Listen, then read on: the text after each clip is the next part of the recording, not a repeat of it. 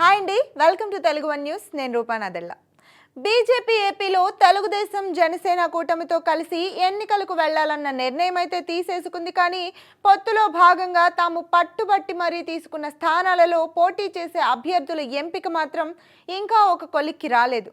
ఈ సీటు కాదు ఆ సీటు అంటూ ఏపీ బీజేపీ నేతలు ఎక్కడా తమకు లేని విజయ అవకాశాలను పొత్తులో భాగంగా తమకు వచ్చిన నియోజకవర్గాలలో వెతుకులాటలో తీవ్ర గందరగోళానికి గురవుతున్నారు.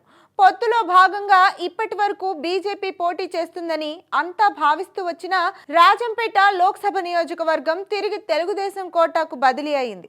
అందుకు బదులుగా బీజేపీ కడపలో పోటీకి దిగాలని భావిస్తున్నట్లు చెబుతున్నారు. కడప లోక్సభ నియోజకవర్గంలో దివంగత వైఎస్ కుటుంబ సభ్యులు పరస్పరం పోటీ పడుతున్న నేపథ్యంలో అక్కడ పోటీ చేస్తే విజయావకాశాలు ఉంటాయని బీజేపీ భావిస్తున్నట్లు చెప్తున్నారు. కడప లోక్సభ స్థానం నుంచి వైసీపీ అభ్యర్థిగా సిట్టింగ్ ఎంపీ అవినాష్ రెడ్డి, కాంగ్రెస్ అభ్యర్థిగా వైఎస్ షర్మిలారెడ్డి పోటీకి సిద్ధమవుతున్న నేపథ్యంలో వైఎస్ అభిమానుల ఓట్లు భారీ స్థాయిలో చీలిపోయే పరిస్థితి ఉందని భావిస్తున్న బీజేపీ అక్కడ తమ అభ్యర్థిని నిలబెడితే విజయం సునాయాసమని ఆశిస్తోంది. ఆ స్థానం నుంచి సీఎం రమేష్ లేదా ఆదినారాయణ రెడ్డిలను బరిలోకి దించాలని బీజేపీ భావిస్తున్నట్టుగా పొలిటికల్ సర్కిల్స్లో చర్చ జరుగుతోంది.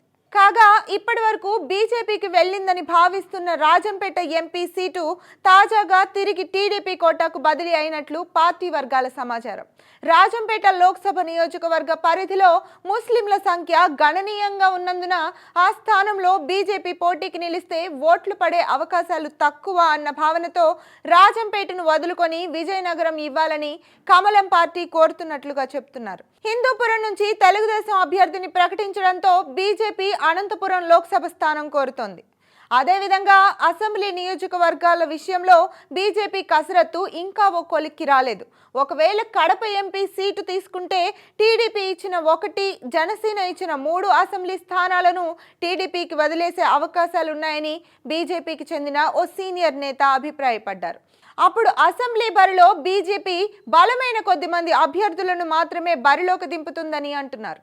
వాస్తవ బలాన్ని మించి పొత్తు చర్చల్లో పట్టుపట్టి మరీ ఎక్కువ స్థానాలను దక్కించుకున్న బీజేపీ ఇప్పుడు ఆ స్థానాలలో నిలబెట్టడానికి అభ్యర్థులు దొరకక ఇబ్బందులు పడుతుంది. పొత్తులో భాగంగా దక్కించుకున్న స్థానాలలో ఇప్పటి వరకు వైసీపీకి అనుకూలంగా వ్యవహరించిన నేతలను నిలబెట్టడం సరికాదని, అలా జరిగితే ఓట్లు బదిలీ అయ్యే అవకాశాలు ఉండవని చర్చల సందర్భంగా తెలుగుదేశం అధినేత చంద్రబాబు, జనసేన అధినేత పవన్ కళ్యాణ్ గట్టిగా చెప్పిన నేపథ్యంలో బీజేపీ ఇంతకాలం వైసీపీతో అంటకాగిన కొందరు నేతలను బ్లాక్ లిస్ట్ లో పెట్టినట్లు తెలుస్తోంది. దీంతో ఇప్పుడు పొత్తులో భాగంగా వచ్చిన స్థానాలలో నిలబెట్టే అభ్యర్థుల విషయంలో ఆ పార్టీ ఆచితూచి వ్యవహరిస్తోందని చెప్తున్నారు. ఈ నేపథ్యంలోనే ఇప్పటి వరకు పార్టీ అభ్యర్థులుగా బీజేపీ